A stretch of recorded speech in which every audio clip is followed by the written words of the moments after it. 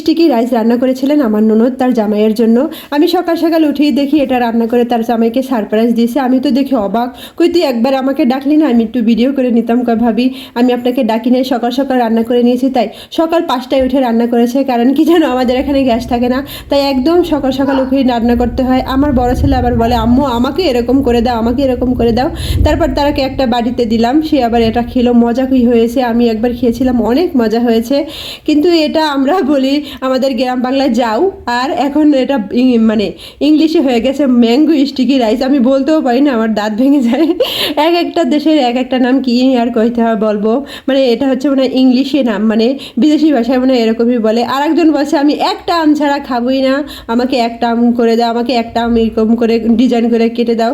এই যে তাকে আবার একটা আম আমি ডিজাইন করে কেটে দিলাম, সে এত জ্বালায় আমাকে, মানে সে একটা ছাড়া খাবি না, সব কিছুতে সে একটা একটাই খোঁজে। এই যে দেখো তাকে আবার একটা একটা কেটে দিলাম। পরে এই যে আমার আজকে সকালের এইটাই ছিল আজকে কাজ। তারপর আমি কি করব, রুটি